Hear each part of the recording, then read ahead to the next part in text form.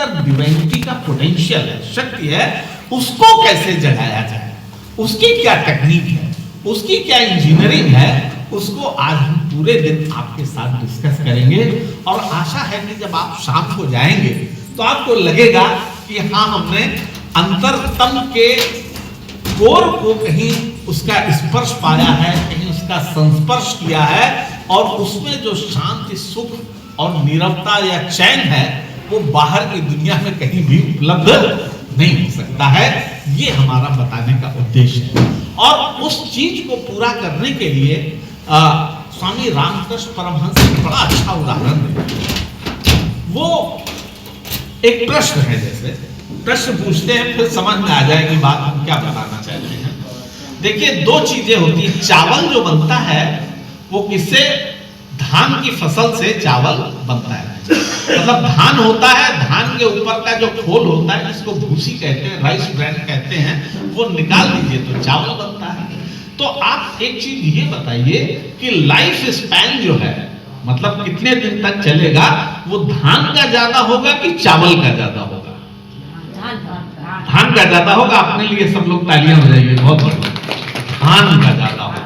तो रामकृष्ण परमहंस जो हैं वो यही बताना चाहते थे कि बेटा, असली चीज तो चावल ही है, असली चीज तो मेडिटेशन है, ध्यान है और अध्यात्म का अंतरतम है।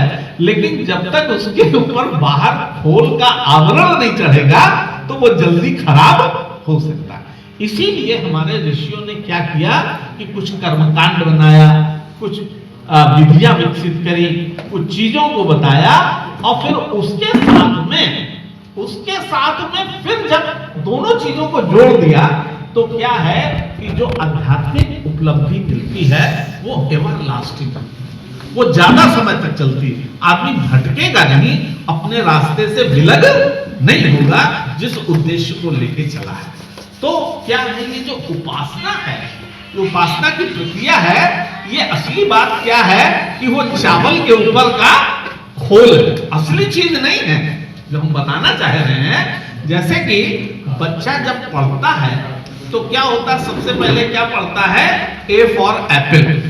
तो वो ए को नहीं जानता है, वो एप्पल सेब की फोटो देखता है और उसको देख के कह देता है ए फॉर एप्पल। तो लेकिन जब वो समझ जाता है कि असली चीज क्या है, ए है, तो वो एप्पल छूट जाता है, हट जाता है, फिर एप्पल की जरूरत नहीं पड़ती। लेकिन सिफत की बात क्या है, आयरनी क्या है कि आज हम क्या है, उसी एप्पल को ही आज तक पकड़े हुए, यानी उस मूर्ति को, उस साकार उसको, कि हम सारा चीजें पकड़े हुए हैं कि बस वही सब। लेकिन वो एक माध्यम था किसके? गहराई में जाने। गायत्री माता की गुरुदेव ने जो चित्र लगाया, मूर्ति लगाई, वो प्रिलिमिनरी साधक के लिए लगाई कि हमको उसके आगे बढ़ना, कि उपासना का असली मतलब क्या है वो समझना है। असली मतलब उपासना का भाइयों और बहनों है कि आपके अंदर सद्गुणों की, आपके अंदर सद्गुण बढ़ रहे हैं कि नहीं बढ़ रहे, आपके अंदर अच्छाई बढ़ रही कि नहीं बढ़ रही, आपका मन अच्छे कामों को करने के लिए कर रहा है कि नहीं कर रहा। अगर ये कर रहा है तो समझिएगा वो मूर्ति की पूजा भी आपके लिए सफल बनती है। वो एक सिग्नल है, सिग्नल है, लेकिन चलना स्वयं होगा। अब देखिए, मंत्र, कई बार आदमी सोचता है कि बहुत उत्कृष्ट हम मंत्र बोल लिया और काम हो गया। लेकिन जैसे ट्रेन चलती है, गुरुदेव बड़े अच्छे अच्छे उदाहरणों से समझाते थे। ट्रेन चलती है तो ट्रेन कैसे चलती है? इंजन में ड्राइवर ट्रेन चलाता है, उसके साथ चलती है। लेकिन अगर सिग्नल नहीं हुआ तो कितना भी अच्छा ड्राइवर हो, कितना भी अच्छा इंजन हो, कितनी भी वंदे भारत ट्रेन हो, वैसा ट्रेन नहीं चलेगी। लेकिन अगर सिग्नल हो भी गया और अगर ड्राइवर कहीं चला गया या इंजन गड़बड़ हो गया तो भी ट्रेन नहीं चलेगी। यानी दोनों चीजों का मिलना जरूरी। तो ये दो चीजें क्या है कि सिग्नल जो है, ट्रेन का जो सिग्नल है वो मंत्र है।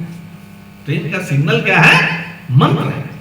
मंत्र भी जरूरी है और उसके साथ आपकी भावना भी जुड़नी, भावना रूपी इंजन और ड्राइवर का भी लगना जरूरी है। इसीलिए गुरुदेव ने क्या कहा? जप के साथ में ध्यान ध्यान। खाली कबीरदास ने भी यही कहा था, माला फेरत जुग गया, गया न मन का फेर ना। तो क्या है, आपको जप के साथ ध्यान करना है, और वो ध्यान ही आपको क्या होगा कि असली अध्यात्म में पहुंचाएगा, और आपके मन को क्या करेगा, आपको मन को किधर ले जाना है, बाहर नहीं अंदर ले जाना है, आत्मा के साथ जोड़ना। देखिए एक छोटी सी फिलॉसफी बताते हैं। आप आंखों से देखते हैं, कानों से सुनते हैं, यही तो कहेंगे ना।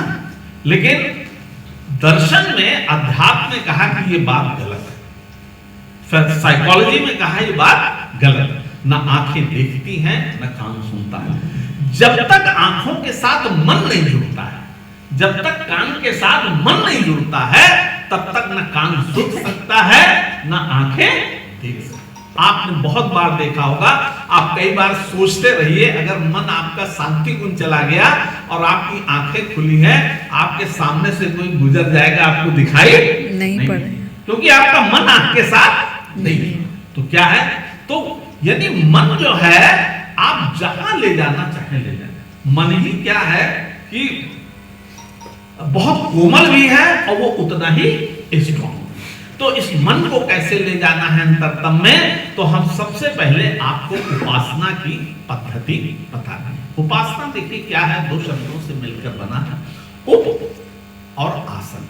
उप माने होता है नजदीक, आसन माने होता है बैठना। भगवान के नजदीक बैठना क्या है, उपासना। भगवान के नजदीक बैठना उपासना। अब देखिए कि आप जिसके नजदीक बैठेंगे उसके गुण मिल